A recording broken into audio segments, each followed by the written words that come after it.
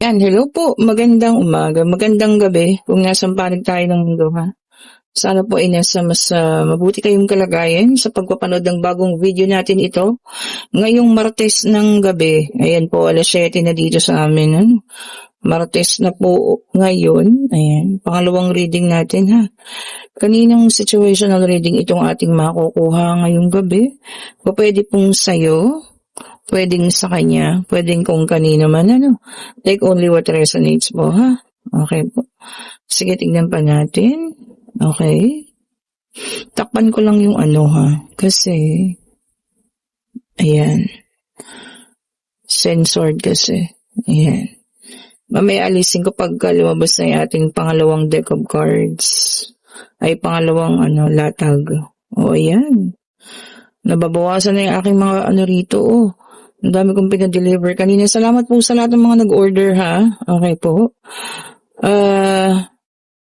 Tawag dyan. Yung malalapit, bukas po nandiyan na. Sa malalayo, 2 to 3 days po, ha. Okay po. Pakiintay nyo na lang. Ipa-follow up po naman kayo kung nandiyan na ba, malapit na dumating sa inyo, no. Ganyan. Pwede rin po kayo magtanong sa akin, ha. Pero napashipping ko na po lahat. Yung marami dito kanina, no. Thank you so much po sa inyong pag-order at pagtitiwala. Ayan. Sa mga may nais pang mag-order, no, paklik na yung link nandyan sa comment section po. Ayan, salamat po sa inyo. Yung mga sa display, nakuha ko yung iba. Ayan. Kasi ang tawag dyan? Tinamad akong kumuha doon sa stock sa lagayan. Kaya nawala yung mga green aventurine, ang daming nag-order kanina. Kasi kinuha ko siya, no. Ano pa ba, yung mga 7 chakra din, kukunti na lang, wala dito. Hindi tuloy nakikita. Ayan po, wala yung iba, no. Anyway, kompleto pa naman tayo, no. So, ito na, ang unang latag. Dami ko na naman sinabi. Ayan. So, meron tayong the world. We have here the 8 of cups. We have here the 7 of pentacles. And meron tayo dito, 5 of swords. Okay na. So, ito na yung pangalawa. Sige, lagay na natin, we have here the King of Swords. Ayan. Pati yung agate, Ayan, wala yung mga agate rito. Orange and yellow agate, tas yung combination, wala din. Ayan, meron tayo ditong 10 of Cups. Ayan po. And the power combination bracelet, ayan, nasama sa delivery. Ayan, order ni Madam. Ayan, nandito sa pabango. And, ano pa ba? Yan natin kung anong susunod, ha? Ayan, and meron tayong the lovers. Takpan din natin, yan. Tapos, by Thursday, check natin kung makakapagkiyapo tayo. Tapos, tignan natin kung may makakuha tayong medalyon ng nasa rin. Kaling po talaga simbahan ng Quiapo yun, ha? Hindi po yun sa mga gilid-gilid lang. Kapag ako may nakuha at nakabili, yun, isasama po natin sa tawag dito freebies sa mga order pa. Diba? Gusto niyo yun? Tsaka bless na po yun, yung Black Nazarene medallion from Quiapo. Tapos meron tayo ritong 8 of Swords. So, ayan, kompleto na. Itong ating situational reading, Alam niyo, meron akong nakikita rito sa isang pamilya. Ayan. Parang may nag-curse. May curse sa Tagalog, sumpa. Ayan. Kaya parang, alam niyo yun, kahit maghanap buhay. Ayan, maghanap buhay. Parang kapos lagi. Ang pamilya po ay laging may away dito, no? Ayan. Kahit na kayo naman soulmate o talagang kayo yung pinagtaklob ng pagtadhana, pinagtaklob. O, diba? Pero parang palaging may away, no? Pero eto na. Diba? Itong maganda. Tapos ito pa, yung parang palagi kayo nakakulong sa mga sitwasyon na hindi kayo makaalis. Ayan. Tapos parang pakiramdam ninyo, parang hindi umuusad. Kasi may pakiramdam na talunan dyan. Yun na nga, ito na yung sinasabi ko kanina, no? So, tapos yan, may mga nag-abroad pa, pero parang kulang pa rin, para sa pamilya. Ayan. May mga umalis, para, alam niyo yun, makabawi. 'Di ba? Imbis na makasama yung pamilya. Yun. So, maaaring meron nga, no, kung kayo naniniwala sa ganun, maaaring may nagsumpa sa pamilya na ganyan, na hindi maayos, kahit anong gawin, pakiramdam na kulang, parating ganyan, mag-aaway, mga ganun, ha, kung ano man po, yung tumama sa inyo. Pero yun na nga sinasabi ko, no, dahil sa kabutihan ng puso mo, nandiyan ang the world, oh, at katapangan mo rin, ha. Ayun na, winasak mo na kung ano man po itong sumpa na yun, ha. Oh, 'di ba? Wasak na po, tinanggal na ng universe, oh, at ng ating Panginoon lahat ito, no? Kung ano yung nararamdaman yung bigat sa buhay. So, alam mo yan, maniwala at magtiwala, no? Mag-uumpisa na po ang pag-ikot ng buhay ninyo at mag-uumpisa na rin ang pag-alis ng mga kamalasang yun. Naniniwala ba kayo doon? Ako naniniwala ako doon. Especially no, kapag kayong sabi nila yung sama ng loob ay nabaon na binaon ng isang namayapa na. Oh, totoo yun. Sa aking experience lang ha. Kapag kayong sobrang sama ng loob ng namayapa na, no? Talagang merong masamang kinimkim bago na mayapa. Yun ang mahirap. Kasi pinakamagandang solusyon doon is pagdarasal. Ayan, pamisa. Diba? Pinaka-the best naman sa lahat ng mga ganyan, curse, sumpa, o kung ano man. Pagdarasal po, pagsisimba. Oh, paghingi ng tawad kung sino man yung tao na yan. Oh, pero ito, winasak niya na. Wala na yan. Oh, 'di ba? Magiging maayos na ang pamilya, pati ang pagsasama, no? Kung kayo mag-asawa na laging away ng away. Basta tapangan mo lang. Umaga mas malakas ang loob, ha? At alam mo 'yun, maniwala at magtiwala tayo, no? Sa Panginoon po. Ayan, and we have here the Seven of Cups. Ayan, no? Sabi niya rito, no? Pagiging optimistic din, laging positibo lang. Kasi nga kung lagi tayong negatibo, o 'di ba? Lagi may pag-aaway sa pamilya, negative 'yan. So ano nangyayari? Di negative din po yung ating nahahatak, o 'di ba? Sabi ko nga sa inyo, negativity attracts negativity, while positivity attracts positivity po. Oh, 'di ba? Tapos ito, merong mga alam mo 'yun, talagang naghihirap financial, no? Pero ito na, natatapos na po ha. Ayan na. At alam niyo 'yan, pagkatapos niyan, sagana na, pananagana na yung kapalit. Oh. Ayun no. Ten of Cups, nakasahod na. So pag ito po ay natapos na, naalisan niyo na yan, at talagang nawala na yung sumpang yun na kumabit sa inyo, no? Dahil nga ito yung nawasak yun na, naputol yun na, nabasag yun na. Ayun na po ang kapalitan, no? Kung ito man na nararanasan sa ngayon ha, hindi po yan forever. Sabi ko nga, yan po palandalian lamang. Iikot at iikot ang kapalaran po ha. Umiikot at umiikot ang kapalaran. And we have here the Temperance. Ayan, may dalang number 14 ng ating Angel Temperance. Huwag kang mag-alala. You're being guided. Sabi nga, no, may bantay ka. Ayan, ang ating Angel Temperance ang iyong bantay. Ayan. Oh. So, sabi ko sa iyo kapag ka mabuting tao, hindi pinapabayaan yan, ha? O, meron ng 10 of Cups doon, meron pang 9 of Cups dito. So, talagang parating na, no? Abundance, prosperity, achievement, o, diba? Pagiging masaya, happiness, andyan na po, paparating na, ha? Antayin, yakapin, alam mo yun, tawag dito? Huwag sayangin, o, diba? Ang mga bagay na ganito, no? And we have here the Hermit, may dalang number 9. Ayan. Sabi niya rito na mas tamang ginagawa mo, pananahimik. Ayan. Pero sa pananahimik na yun, talagang lumalakas din yung mga, ability, yung aura mo, para, alam mo yan, mawasak mo yung mga ganong sumpa o kung ano man, sa pamilya ninyo. Pero yun ang maganda, no? Pananahimik, napakaganda nun. Silence, ayan na, napaka-powerful ng silence po.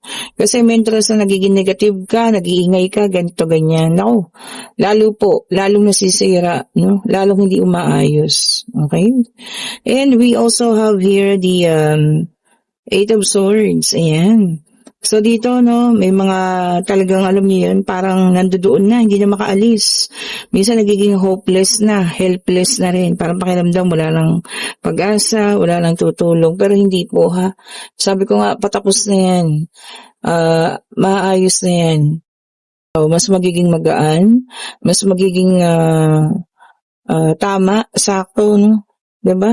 Yung mga bagay-bagay, hindi na palaging kulang, 'di ba? Ngayon sobra-sobra, umaapaw ha.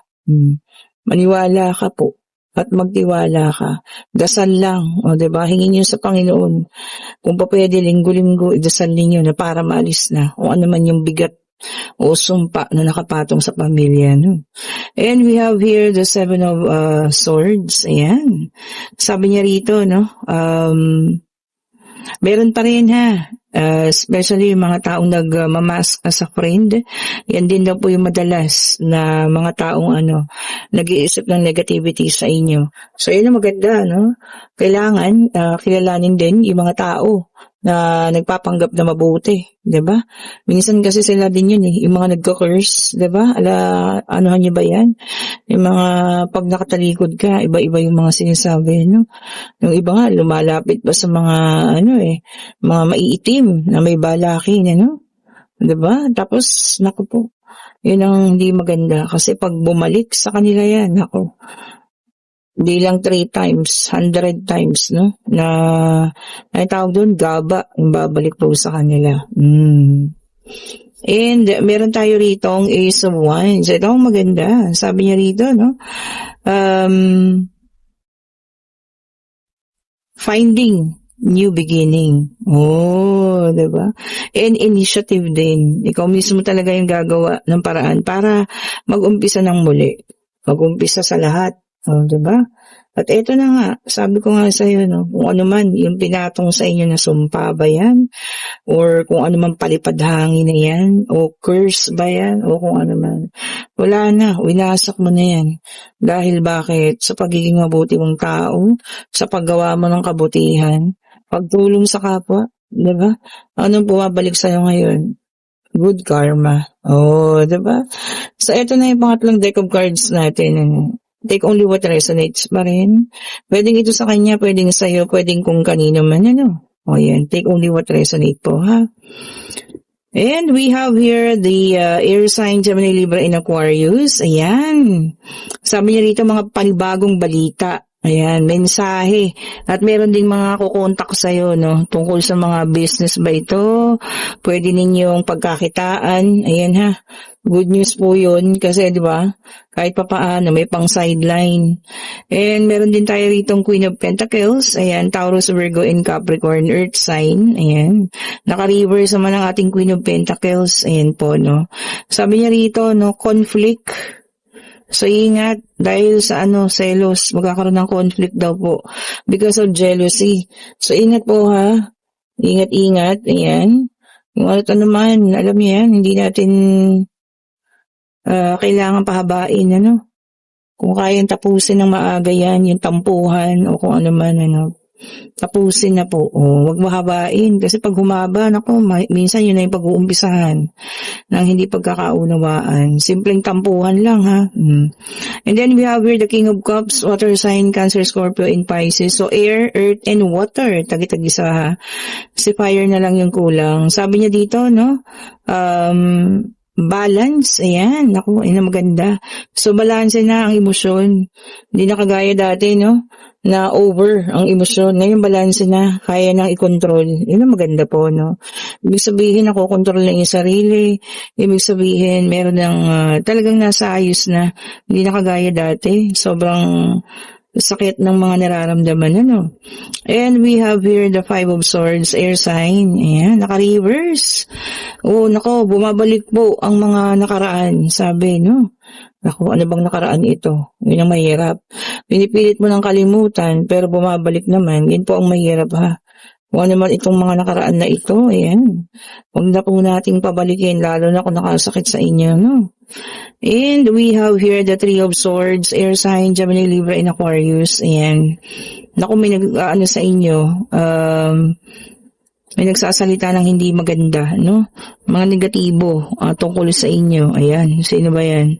Mga sip-sip na tao, kung yan ay sa trabaho ninyo. Kung kaibigan naman, ano pala siya? Doble cara, mabait sa harapan mo, pero kapag ka nakatalikod, kinukwento ka. Kaso ang kwento, hindi maganda. O, diba? Masama. Yan ang pangit, ha? Kung sino man yan, pagdasal niyo kaluluwa niya. Di ba? Then, meron tayong King of Pentacles, Earth sign, Taurus, Virgo, and Capricorn, naka-reverse. Ito naman, greediness. O yan, baka may makilala kayong taong swapang para na sa inyo, talagang gugustuhin niya pang ano. Di ba? Mapunta sa kanya. Ingat po kayo sa mga taong swapang, ha? O. And meron tayo ditong the star in reverse, air sign. Ayan po. Sabi niya rito, no, madi-discourage ka daw. Somebody will discourage you. Naku, huwag kayong makinig sa mga taong ganun. Kung alam niyong maganda yung sisimulan ninyo, makakatulong sa inyo, go lang. At kung maganda rin yung trabaho pupuntahan, go lang po, ha. Huwag kayong makinig sa mga sat-sat ng iba na, ay, naku, hindi maganda yan, ganito, ganon. Hindi po. Kayo pa rin na makakasubok nun, ha. And we have here the King of Swords para sa ating last card, ano, air sign, Gemini, Libra, and Aquarius. Okay? Sabi niya rito, no, truthful and honest. O, sana makahanap ng ganun. O, diba? Sana lahat kayo makahanap ng ganitong tao, partner. Yung truthful, totoo, at honest. O, diba? Sana po, no, para hindi nagkakaroon ng problema sa relasyon, para smooth lang lagi. Mahirap kasi pag nag-umpisa niya sa pagsisinungaling, wala na, sira na ang samahan, sira na ang relasyon. O kayo po yung magtanong na, ha, pag-ibig pangyayari, financial, kung naman gusto yung malaman. Answerable ba yes or no? Ayan, ha. Divine Universe, anong sagot mo sa kanilang mga katanungan po? Isa lang po, ha. Isang sagot lamang ang aming hihiling. Ayan. Ano po? Ayan na. Okay. And ang sagot po ay yes. Ayan. And this is the Chariot. Okay. Sabi talaga, no, hanggang sa huling card, victory. Overcoming obstacles. O, eto na. Sabi ko sa inyo, So, ang numero natin, 9, 14, and 7 po, ha. Sabi sa inyo, paparating na. So, kung ano man sumpa, curse, o kung ano man yan, na ibinataw o ihinataw sa pamilya o sa'yo, no? Kaya nakakaramdam ka ng medyo parang kakaiba at parang hindi nagbabago ang buhay. Ayun po, winasak mo na yun sa pagiging mabuti mong tao, sa pagiging maging matulungin. At alam mo yun, pagpapakatao, hindi gumagawa ng mga sat-sat, no? Pananahimik, isa pa yun, ano? Sa pananahimik pa lang, winner ka na Alam mo kung bakit? Kasi sa pagiging pananahimik mo, wala ka na-attract na negativity Puro positive lahat yan. O, diba? Kasi hinayaan mo na, pinagpasa Diyos, pinagdasal mo sila kung sino man sila. O, diba po? And kung nagugustuhan yung ating reading, pa-like, pa-share, subscribe, and hit the notification bell para lagi kayong updated sa mga bagong videos na i-release natin. At sa lahat po ng gusto ng mga bracelet, ha, kompleto pa po yan. Nabawasan ko lang yung mga nandito, ha. Ayan po, at ang ating pabango nandiyan pa rin. Ayan, ha. Kayo po yung mag-order na pa-click ng link nandiyan sa comment section po, ha. Okay po, thank you so much po ulit for watching. Stay safe po sa lahat, ha. Bye-bye po sa inyo.